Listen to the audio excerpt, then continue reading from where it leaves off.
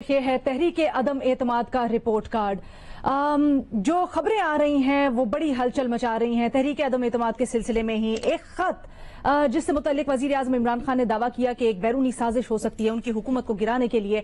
उससे मुतल्लिक वजीर आजम इमरान खान ने आज सफीरों को बुलाया, सहाफियों को बुलाया और कुछ डिटेल्स शेयर की। ये खत तो नहीं दिखाया, लेकिन जो वहां पर मौजूद थे सहाफी, उनको बताया गया कि इस खत में क्या वो चीजें थी जिसकी बुनियाद पर हुकूमत ये समझती है कि ये एक साजिश है और ये अपोजिशन की साजिश है जो तहरीक अदम एतमाद हुकूमत के खिलाफ आ रही है।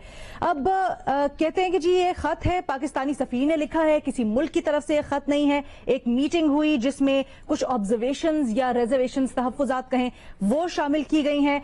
हुकूमत के मुताबिक धमकी आमेज जबान इस्तेमाल की गई है इसमें, और अगर नो कॉन्फिडेंस कामयाब नहीं होती तो things will be tough. Shahzad Iqbal साहब ने यह बताया है अब से कुछ देर पहले। ये कहा गया है इस खत में।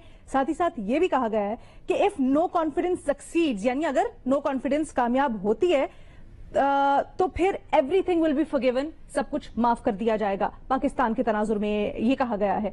वोट ऑफ नो कॉन्फिडेंस के बाद बायलेटरल रिलेशंस यानी दो तरफा ताल्लुकात की नौयत क्या होती है वो देखेंगे, ये भी इस खत में कहा गया है।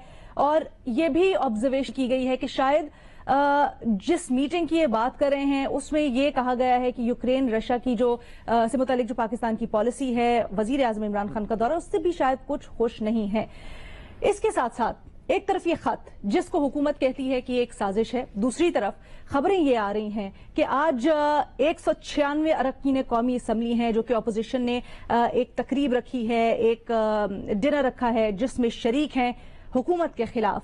अब देखना यह होगा, आज जो MQM ने भी ऐलान किया है कि वो हुकूमत के खिलाफ है और अपोजिशन का इत्तेहाद के साथ हैं, तो ये चीज किस तरह से टर्न आउट करती है। और जो इमरान खान ये खत सामने लेकर आए हैं, तो क्या ये जो अदम एतमाद के सिलसिले में हुकूमत के लिए किस तरह से सूदमंद साबित हो सकती है, या क्या इस खत को देखकर वजीर आजम अपने खिलाफ तहरीक अदम एतमाद खत्म कर सकते हैं? हाँ या नहीं के ऑप्शन है हमारे एनालिस्ट के पास। आज पैनल पर हमें ज्वाइन करें हसन निसार साहब, सोहेल बड़ाइत साहब, शहजाद इकबाल साहब, महमूद सरफराज साहबा और अतर काजमी साहब भी हमारे साथ मौजूद हैं।